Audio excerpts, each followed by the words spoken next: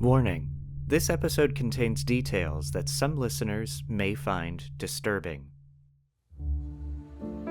In New Brunswick, Canada, since the 19th century, a legend has passed down through generations of a ghostly figure who calls out as a warning or threat to those venturing through the dense forests of the province. This ghostly presence is known for its unrelenting wails or whoops. The Dungarvon Whooper is an integral part of Canadian folklore, and its origin, while debated, is frightening. And whoever or whatever is in the woods of New Brunswick is still haunting those who visit. This is a study of strange.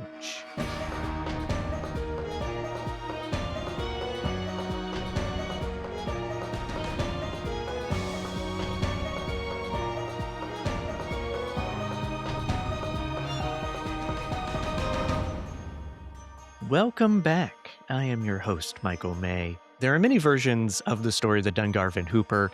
Yes, it is Whooper, by the way. I'm pronouncing that correctly. It is not Whooper, like I thought it was. I don't know if that's a Canadian pronunciation or if I'm just an idiot. Both might be true. But out of all the origin stories of the Whooper, they're all similar. They're all based around an event, which I'll dive into in a second. And as I like to do with paranormal subjects, I like to take the story back to the beginning as best as I can figure it out anyway, because whether you're a believer in paranormal or you're a skeptic like I am, we all should be seeking the truth to figure out if we can understand these strange things. And the best way to do that, especially with these paranormal legends, is to trace it back to its origin.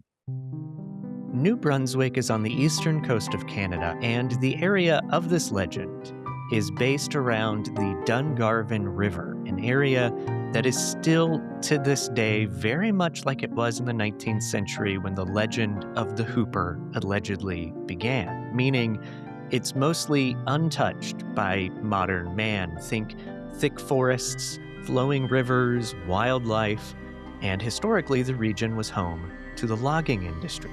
The tale goes that the Whooper begins within a logging camp that runs along the Dungarvon River. The camp was active in the 1820s, and at that time, there was a cook named Ryan. However, Ryan wasn't your typical logger, meaning the other men would take their money and they'd immediately buy booze or spend it all gambling, but not Ryan. He saved his money and would wear his cash in a money belt around his waist. Some accounts claim Ryan was saving his money for his family. Other accounts are more specific and claim that Ryan was saving his money because he had a very ill mother and he wanted to be able to afford to care for her. Every day, when a meal was prepared, Ryan would call the loggers to camp by making a whooping sound. It was very loud and carried far into the forest.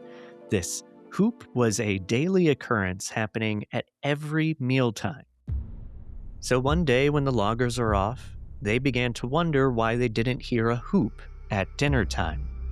They waited a little longer, but the whoop never came. They ventured back to camp and they found Ryan's dead body on the floor. His money belt was missing. As all the loggers were out in the forest working, suspicion fell on the camp boss, the only person at camp besides the cook. The boss quickly said that, Ryan had fallen ill and he died. Well, if you suspect foul play, that is exactly what the tale implies. The story goes that the meat and supplies were dwindling and the loggers were growing anxious and angry, blaming the boss for their terrible working conditions. To solve this situation, the boss had killed Ryan and taken his money. Other accounts of this story are darker, claiming that Ryan's body was missing and the camp boss had actually butchered him, some even saying that he cooked the meat and fed Ryan to the loggers, while others claim that Ryan's money wasn't from saved wages at all, but he had accumulated his cash from other vague, mysterious means. So, to summarize here, there are various versions of this story.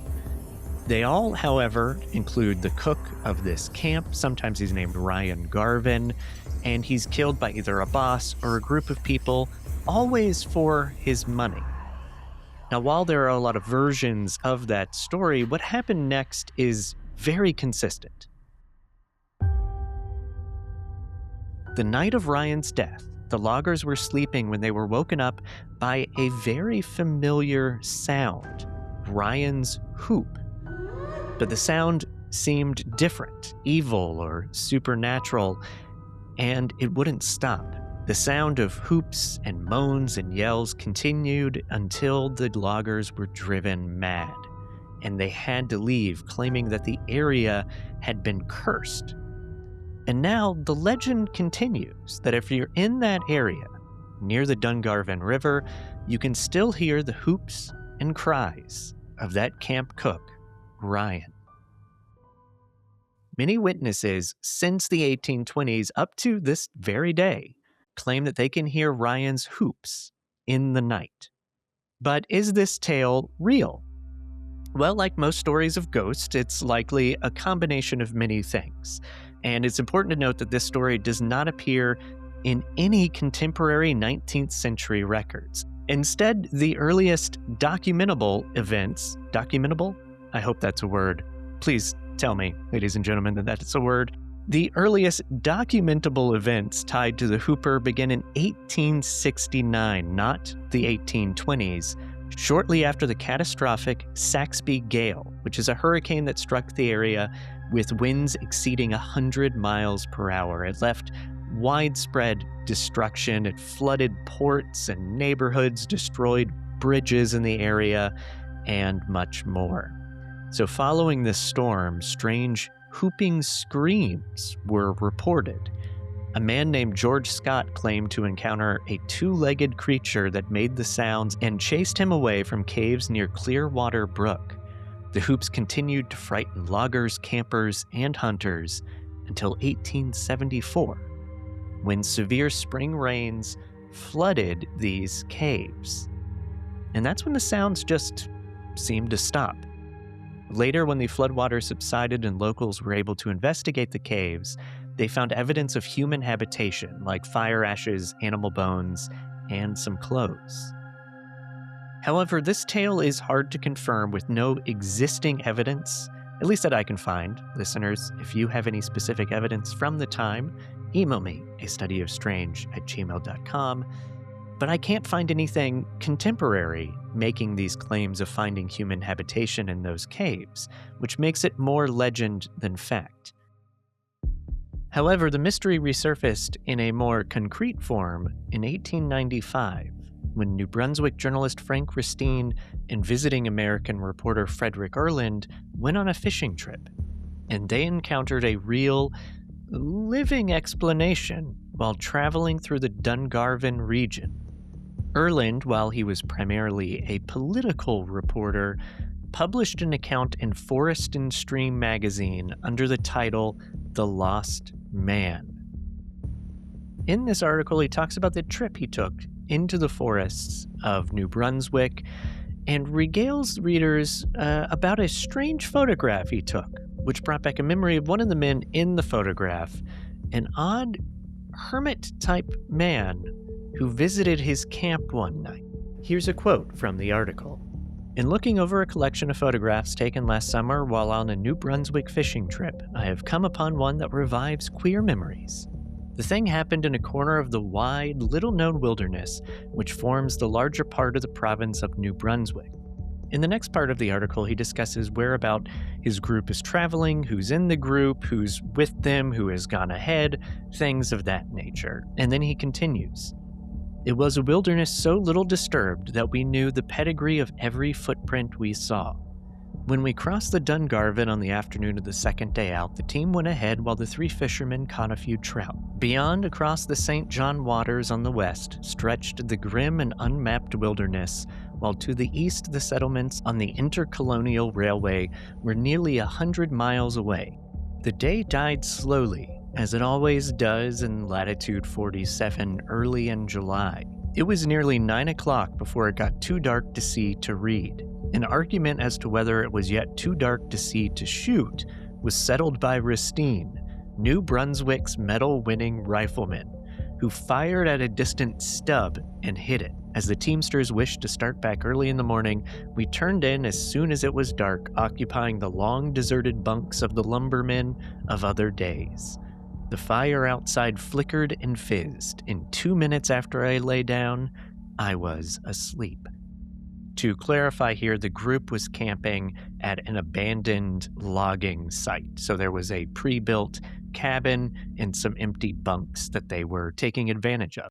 And then this happens. Sometime in the night, I do not know when, it was after the moon rose, and that happened at 10:30. I was awakened by Ristine, who crept back into the bunk saying that a lost man had come into camp and that he had eaten a big supper and that neither the men nor himself could make anything of him. I was too sleepy to take much interest in the matter, but the next morning we all took a hand at trying to help the unexpected visitor find out where he was at. He was a grizzled, skinny old chap who might have been 70 and was more likely 60. He had 2 weeks' growth of beard, he was tall and bony, and strong considering his age. How did he stumble upon us? Oh, he heard the gun go off just as he was laying down beside the run. Where was he going? To Grand Falls, and thought he must be about there. But great goodness, man, Grand Falls is on the St. John River, 70 miles in a straight line and 100 from here. The rest of the article goes on to explain that they fed this old man. He was very weird. He acted very strange. They asked his name, and they couldn't understand him. He said something like Durns or Torrance, and they did find out that he was a veteran of the Civil War, and after the old man had stayed with them a bit, he wandered off by himself carrying his boots. He was barefoot when he wandered away and did not have food, did not have blankets, or anything with him except a rusty old axe that the man had claimed he found in a river. Erland, the journalist, shares this story because it's very odd and it has to be a little scary with an old crazy man in the forest coming into your camp. He also wonders what happened to this guy, and they will likely never know. What's interesting about this tale is that while researching this episode, I came across many articles from very trustworthy sources that claim this is the origin of the Whooper tale because the old man, as it goes, was whooping and calling from the woods before the men in the camp saw him, and that the sound was echoing around their camp, and they couldn't tell what it was or where it was coming from until they heard rustling in the bushes, and then this old wild man of the woods came out and sat down by their fire and ate their food. But here's the thing. I've read this article multiple times. I will provide links to it in the show notes. Check it out for yourself. Erland never says that they heard hoops or screams or supernatural type sounds that surrounded their camp, frightening them all before this old crazy man came out and introduced himself. People claim that this old man is the Dungarvon Whooper. I think this story has influenced the legend of the Dungarvon Whooper, but if you read it, it in no way implies that this hermit was the Dungarvon Whooper. What I'm just now realizing is that this story is often said to be like the real origin of the Whooper, is this strange old man in the forest that would make these sounds and scare people, and they started to connect it to the history of the area. But if that's not true, if this article just got caught in the web of local legend and it kind of spun out of control, which definitely happens, there's a bigger mystery to find out how this legend grew. A crucial part of this legend is that the murdered cook, the vengeful ghost narrative from a logging camp in the 1820s, it turns out that doesn't emerge until the early 1900s. Some of that story is through sensationalized newspaper accounts by a reporter named John Cogswell, who would write stories like this for readers that love, spooky and crazy tales. He would have been a podcast host today. Most famously, though, is we have to look at what I think is the key aspect to this legend growing. It's from 1912, when poet Michael Whelan penned the song The Dungarvon Whooper. Michael Whelan was deeply inspired by the landscapes and stories of the Miramichi region, and in January 1912 he wrote this song, a ballad set to the tune of Where the Silvery Colorado Wins Its Way. Published in the Union Advocate newspaper on April 3, 1912, the song tells the story of a young Irish cook named Ryan, who met a tragic end in a remote lumber camp. That is right. You all now know the story. His spirit began haunting the woods with terrifying whoops and screams. Here's a quote from the song, and I'm going to spare you all and not sing it. I'm just going to recite it. In a lumber camp one day, while the crew were far away and no one there but cook and boss alone, a sad tragedy took place, and death won another race. For the young cook swiftly passed to the unknown. Pop culture has always had a profound impact on lore and history. Without a doubt, the song's popularity impacted the legend of the Dungarvon Whooper. Whatever the origin of this story is, the strange sounds after the Saxby Gale, the account from Frederick Erland and this wild man in the woods, or this song, people still tell this story. They share it around campfires, and maybe it's the power of suggestion of this local lore that fuels people to think that something, a ghost perhaps, might be in those woods. But to me, here's the real mystery. We can't really trace this story back to its origin like I wanted to. Sure, we have the hurricane, and then sounds coming from the caves afterwards, and we have the story from Frederick Erland, but that kind of is debunked a bit because he doesn't talk about whoops or wails or screams from the old man they saw. I feel like people just put that onto the story without actually reading it for real to see what he really had to say. So there's still a mystery here. How did this tale develop? And we don't know. And the other freaky, mysterious part of this is for nearly 200 years now, people have heard and still hear strange, unexplainable sounds coming from the forests in this area.